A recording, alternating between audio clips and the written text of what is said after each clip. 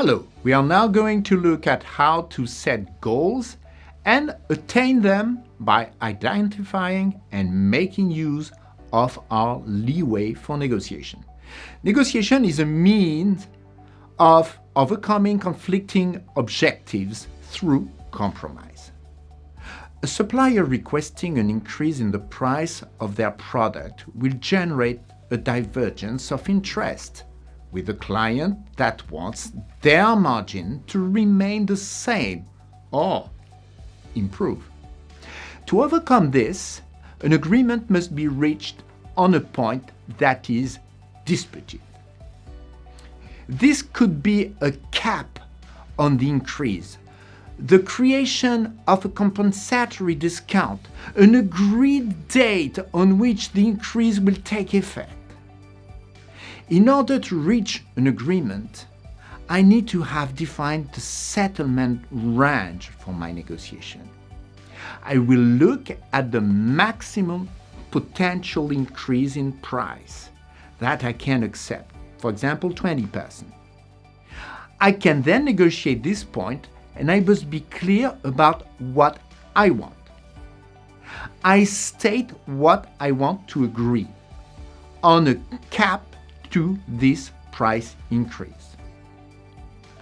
The settlement range is therefore identified by working out the leeway for coming to a mutually acceptable settlement between the parties. It consists of the following three key points: the breaking point, which represents the acceptable limit for an agreement on the objective in question, in accordance to my mandate. My management had told me that any offer that exceeds 20% will lead to my company dropping large-scale project.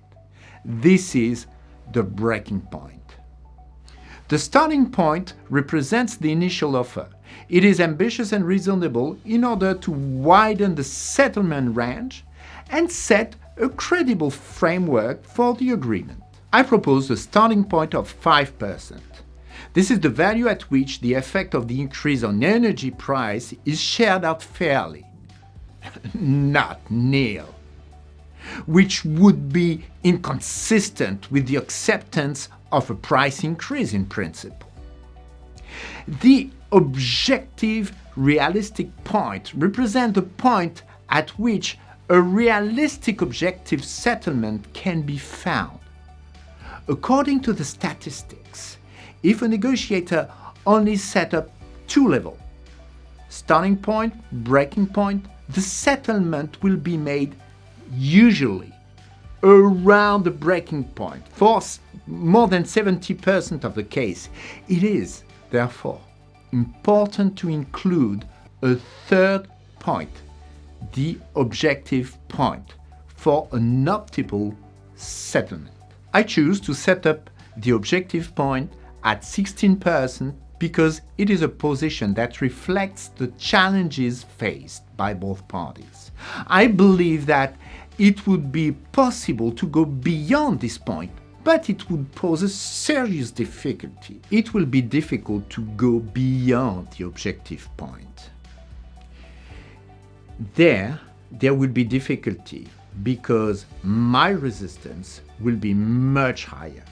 I can also make additional concessions or grant some advantage to the other party in exchange of an advantage regarding my main objective. I buy a larger quantity to get a better price. In this case, there are two areas of disagreement: quantity and price. Before making an additional concession, it is important to compare the positions on the main objective. I agree to consider 10%, which is 5% more because they have made an effort to consider 20 against 30%, which was their starting point. Then we close the gap. It is now at 10 rather than 25. In conclusion, always try to close the gap first on the objective. without offering any additional concession at first.